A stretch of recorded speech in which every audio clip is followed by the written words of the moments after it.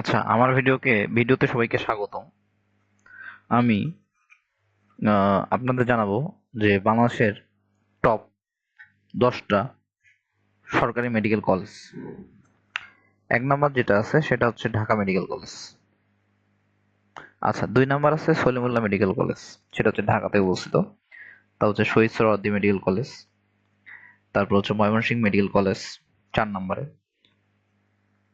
তারপর আমরা দেখতে পাচ্ছি 5 নম্বরে চট্টগ্রাম মেডিকেল কলেজ। 6 নম্বরে আছে রাজশাহী মেডিকেল কলেজ।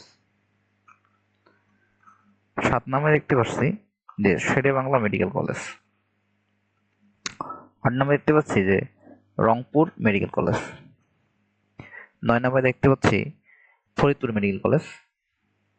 10 নম্বরে দেখতে পাচ্ছি আমরা যে পাবনা মেডিকেল কলেজ। তাহলে আমরা বুঝতে পারলাম যে বাংলাদেশের প্রথম সরকারি 10টা মেডিকেল কলেজের নাম।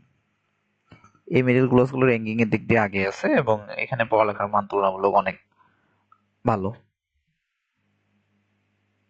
তো আমার ভিডিওতে থাকার জন্য সবাইকে ধন্যবাদ।